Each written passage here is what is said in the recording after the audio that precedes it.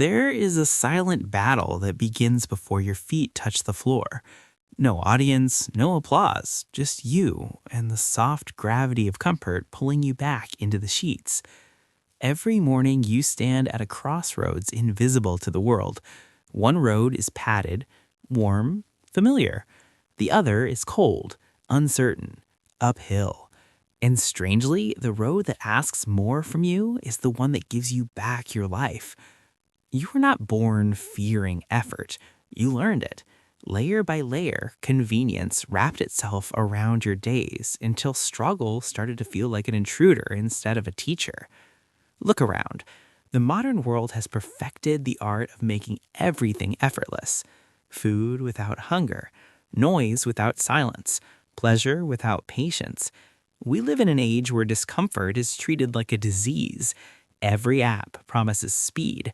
Every advertisement promises ease. Every system whispers the same message. Why struggle when you can skip? But something begins to decay when life becomes frictionless. The mind loses its edge. The will grows dull. Dreams become decorations instead of destinations. You start mistaking motion for progress. Scrolling feels like exploring. Planning feels like building. Thinking feels like doing. And slowly, without realizing it, you become busy but not alive. Deep inside your brain lives an ancient guardian, older than language, older than cities, a system built when survival meant conserving every drop of energy. This guardian does not care about your ambitions. It cares about safety, warmth, predictability. It sees hard work the way a caveman saw a storm.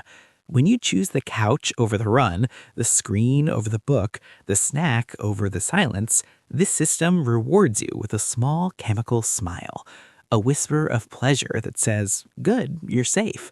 But here is the paradox.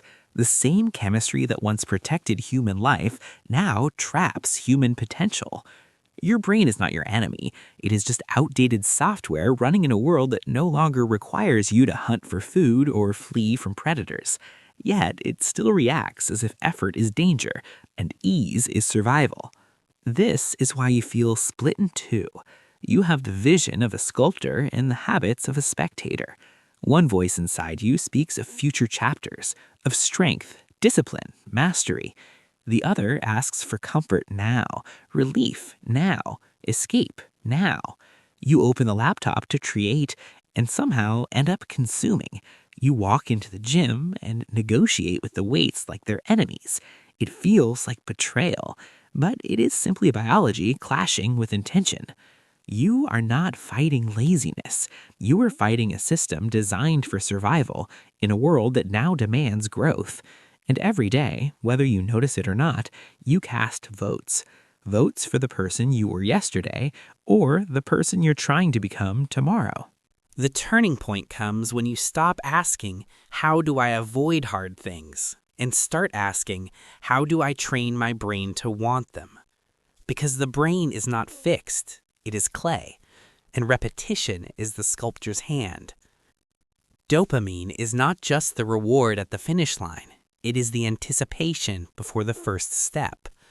When you repeatedly feed it cheap pleasure, it becomes addicted to shallow sparks.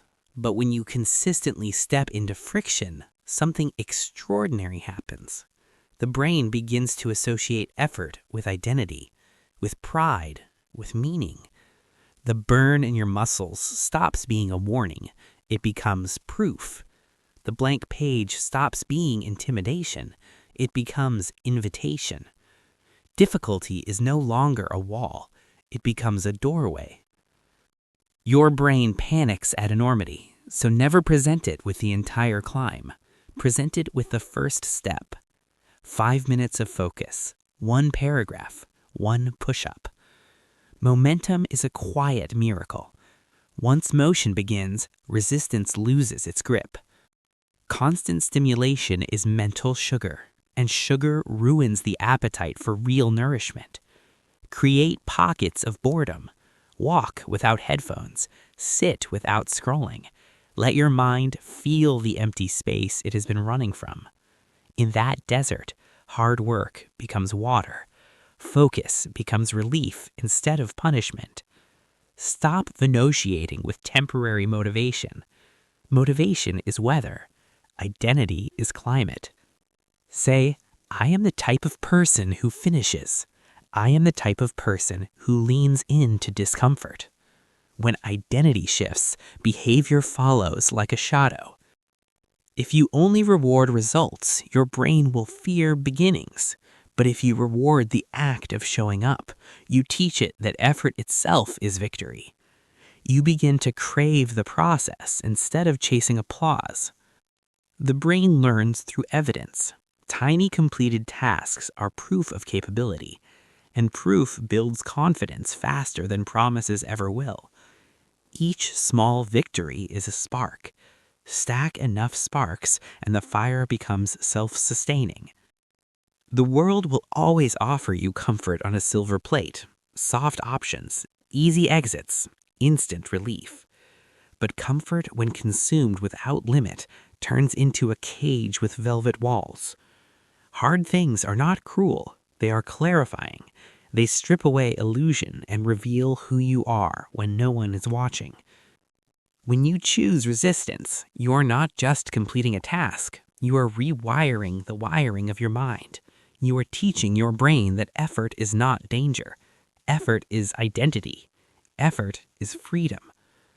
One day, the things you once avoided will become the rituals that ground you. The early mornings will feel sacred. The sweat will feel honest. The struggle will feel like home. The fire you are searching for does not live in motivation. It lives in friction. Step toward the hard thing often enough, and your mind will stop resisting the flame and start running toward it.